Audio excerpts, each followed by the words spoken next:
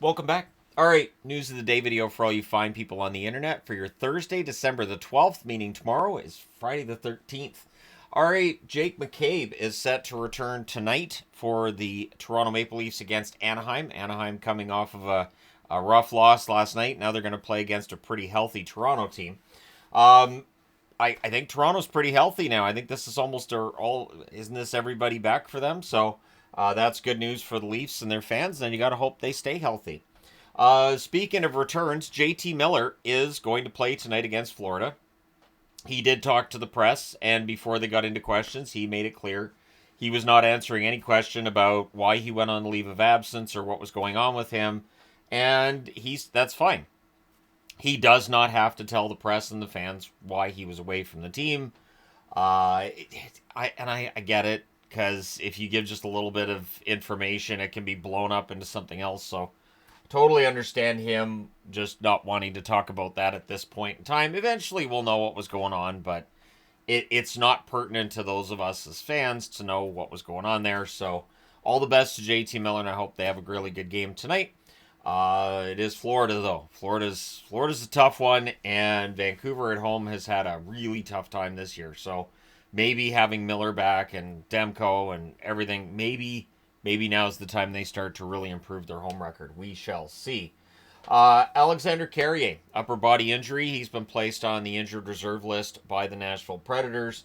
Roman Josi will not play tonight against the Dallas Stars. He is considered day-to-day. So, a lot of day-to-day right now, though, which makes me wonder how many of these are actually day-to-day, which brings me to the Islanders, whose jersey I'm wearing. They see Duclair, Pelech, and Barzell all as day-to-day. I don't know how accurate that is because we don't have any kind of a timeline for return.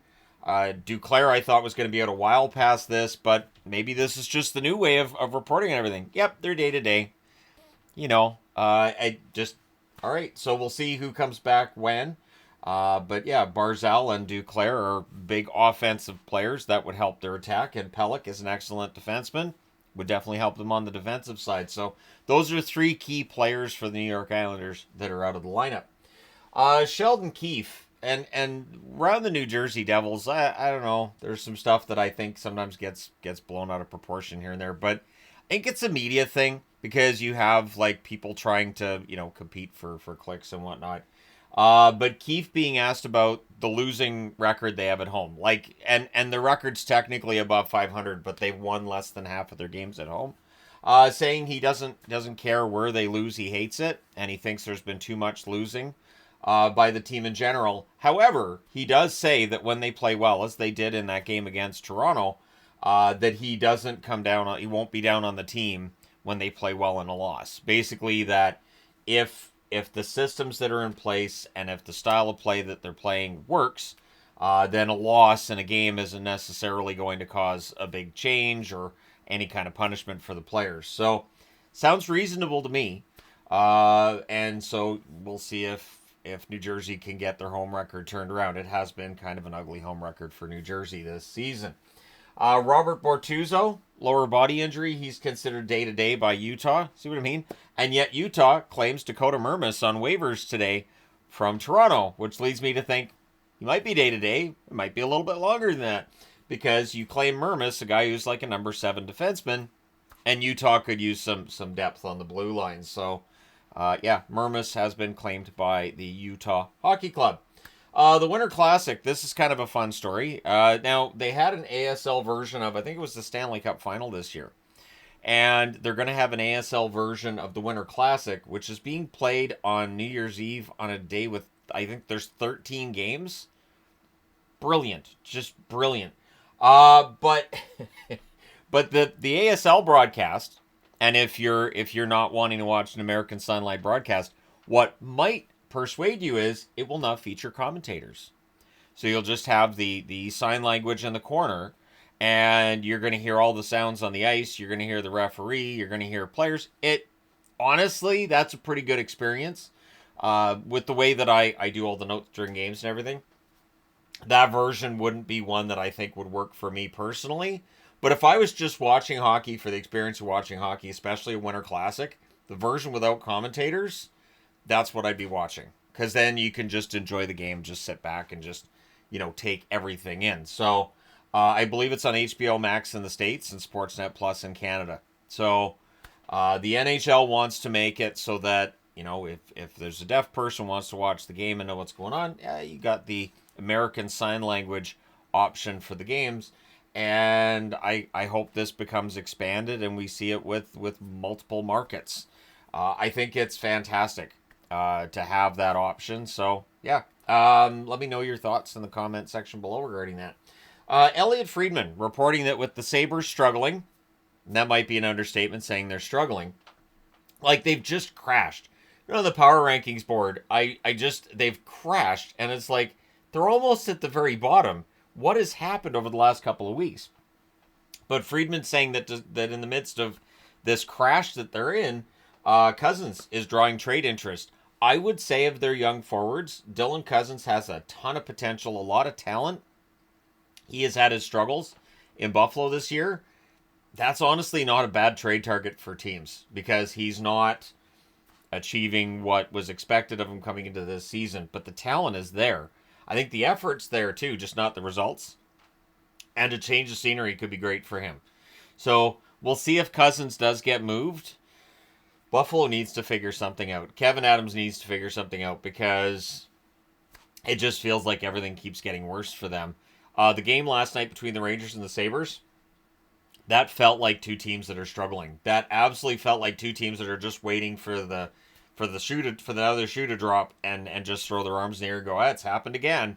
So yeah, Cousins would be a good pickup for somebody, I think, in the event that they're able to work that out. Good news for the Rangers last night, outside of the victory, I mean, they got the win, is Zibanejad reaching 300 goals. There's been a lot of talk about Zibanejad's struggles, and rightfully so. Zibanejad has not had a great season, so hopefully with goals in the last, I think he's had goals in 2 straight now. Maybe this is a sign things are starting to turn around for him and getting to that 300 goal mark. Who knows? Maybe, sometimes when a player reaches that milestone, then that's not on their mind anymore and they can just go out and play their game.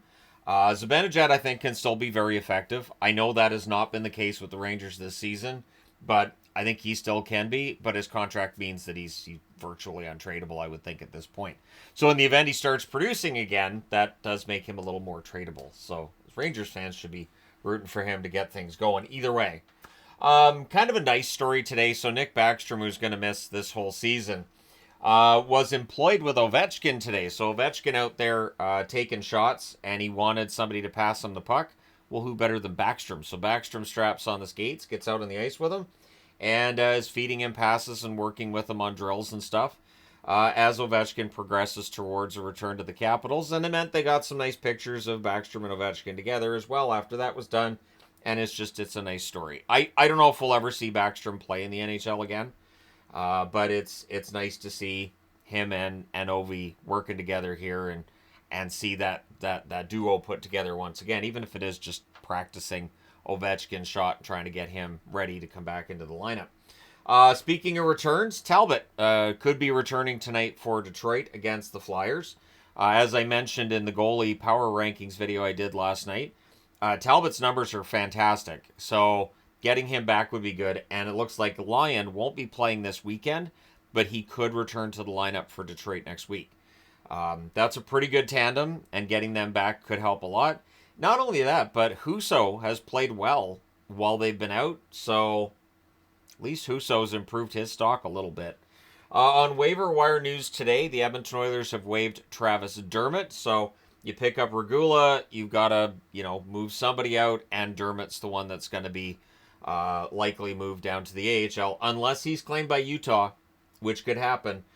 Dermott played for the Coyotes. He knows these guys, so would I be surprised if I'm standing here in 24 hours talking about Dermott being claimed by Utah? Not really, no. Again, it's about depth on the blue line, which Utah has struggled with this season. Speaking of depth, the Minnesota Wild, who do have the depth, Brodin and Zuccarello have started skating with the team, so they're close-ish. Eriksson Ek is not. Eriksson Ek missed the last few games, and he has not started skating as of yet. So the Minnesota Wild have an excellent record.